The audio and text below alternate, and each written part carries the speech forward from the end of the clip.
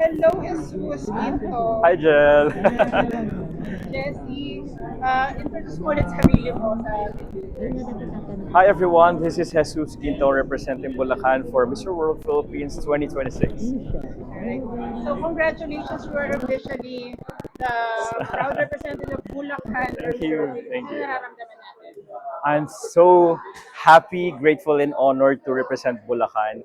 It's gonna be big this time because I'm not just only representing my hometown, San Jose del Monte, but the whole province of Bulacan.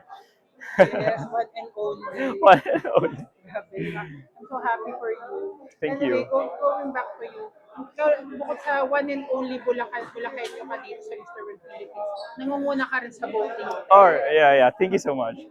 Anong nararamdaman mo sa grabe suporta ng mga kabaklan sa iyo? Grabe, ibang klase yung suporta this time. And I'm very thankful and honored to sa mga taong patuloy naniniwala at sumusuporta sa akin. Hindi ko na po kayo ma-shoutout isa-isa. Although I've known some who voted, maraming salamat po. And hopefully, you still continue to support me towards the coronation on July 25 sa Newport. Ayan. So, of course, you have done several pageants. Nakapag-international ka pa. Yes, So, you sure. became a runner-up. Um, siguro ngayon, anong advocacy ang i-highlight mo dito sa Mr. World Philippines? You know what? What I really like about Mr. World Philippines, it is heavily involved with the advocacies of each of the candidates. And as some of you may already know, I'm an actor. I'm a performing arts major, and I'm very happy to introduce my advocacy, which is stories that inspire. For the past 7 years, I have been heavily involved with this certain group in San Jose del Monte to really push forward the preservation of cultural heritage, not only in San Jose del Monte, but in the Philippines in general. So I would like to bring that aspect, if ever, I'm gonna be representing once again Philippines on the international stage. Alright. So, speaking of cultural preservation, Hmm. anong isang aspeto ng kultura niyo sa Bulacan ang gusto mong ma-maintain Uh, para doon?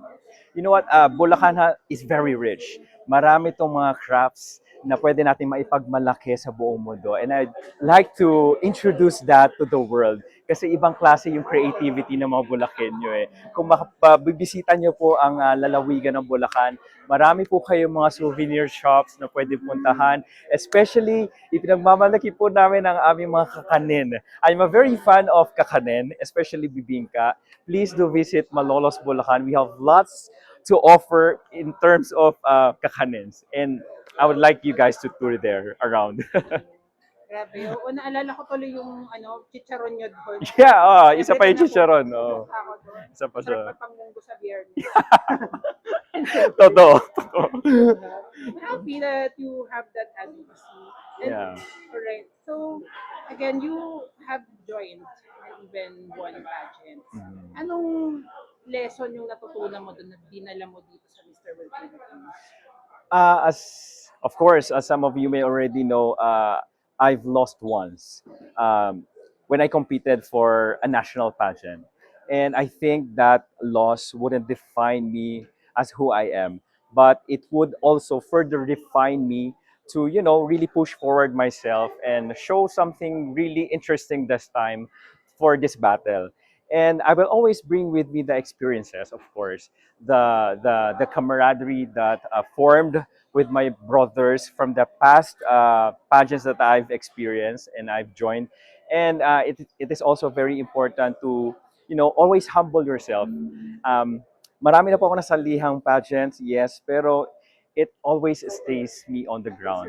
Sobrang humbling po yung mga experience and sana ganun din po yung manatiling character and behavior ng mga bawat kandidatong sasali sa pageant.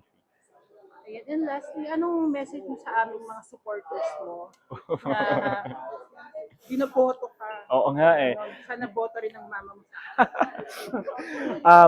Maraming salamat po. I will never be here if not because of your love and support. Sana patuloy niyo po akong mahalin, suportahan at maniwala na kakayanin po nating i-representang muli ang bansang Pilipinas sa international stage.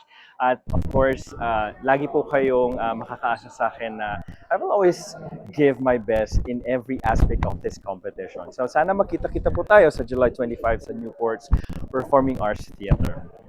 Alright. Our Jessie Jesus Jesus. of the province of Bulacan. Good luck with the Philippines 2026 journey mo. Thank you, Jel. Thank you so much.